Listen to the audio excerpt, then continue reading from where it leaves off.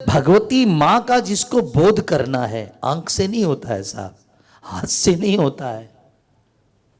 हाथ से माँ की सेवा होती है, पैर से माँ की तीर्थ यात्रा होती है। तब भगवान का आपको देखना तो आंख से नहीं, नाक से नहीं, परमात्मा आत्मा का संबंध, आत्मा और परमात्मा का संबंध है। आप आत्मा लगा दीजिए भजन में, कीर्तन में, साधना में, देखिए परमंबिका आपके घर आती है कि नहीं आती है। क्योंकि परमात्मा का अनुभव आत्मा से होता है, जैसे सुगंध का अनुभव नाक से होता है। कई लोग भगवती का दर्शन करने के लिए जाते हैं, अपनी आत्मा को आंख में लगा देते हैं। तो जहां आत्मा से आंख में आत्मा लगी तो दिव्य आंख हो गई। ऐसे कई लोग कथा सुनते हैं ना, तो आत्मा लगा देते हैं कि आज भगवान सुनाई देंगे हमको, तो प्रेम से सुनते हैं कथा को। ये आत्मा लगाओगे तभी परमात्मा का दर्शन हो पाएगा साहब। ऐसे दर्शन एक प्रक्रिया है भगवान को देखने की भी। अब देखो, आपने बड़ का पेड़ देखा है, पीपल का पेड़ देखा है ना, बड़ और पीपल का पेड़ देखा है आपने। एक बड़ के पेड़ में कितने बीज होते हैं? एक बीज जो होता है, उस एक बीज में 10,000 तक बीज हो जाते हैं, एक बीज में। गोल बोलते हैं उसको, गोल। पीपल की जो पेड़ फल लगते हैं उसको पिप्सी बोलते हैं। उसके अंदर एक एक में 1,000, 2,000, 5,000 बीज होते हैं, और एक बड़ में वैसे लाखों लगती हैं। अब लाखों के बीज कितने हुए? करोड़ों करोड़ों। यदि सारे बीज धरती पर गिरते और उनसे वृक्ष पैदा होने लग जाते तो पूरी दुनिया खाली बड़ पीपल से भर जाती। ध्यान देना बात को। अरबों खरबों बीज हो गए।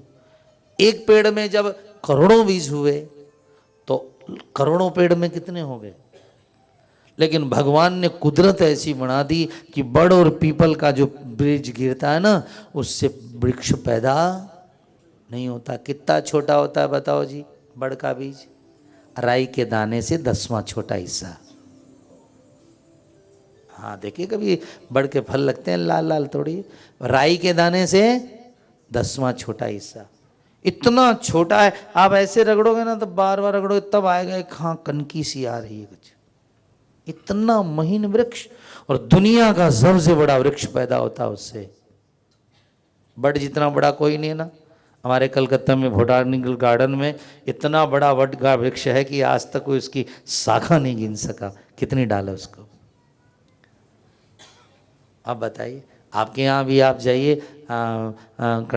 खंडाला वगैरह तरफ, जो बड़े बड़े बड़ हैं साहब, आप गिन नहीं सकते उनकी शाखाएं।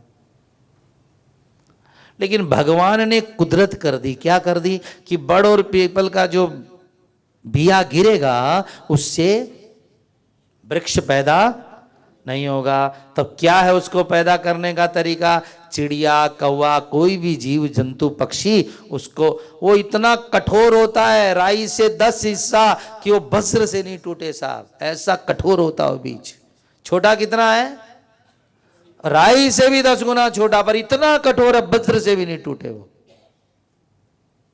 तो क्या करते हैं फिर? चिड़िया, कौवा, चिड़िया उसको खा जाती हैं, और खाने के बाद में उनकी पेट की गर्मी से वो बिया फट जाता है, और कौवा चिड़िया जिस पेड़ पर, जिस मकान पर, जिस जगह और विष्टा कर देते हैं, वहीं से बड़ और पीपल जन्म जाता है। अब ऐसे आप चाहे कि बड़ का पेड़ जन्मा ले, किसी के बाप की ताकत नहीं है जन्माते।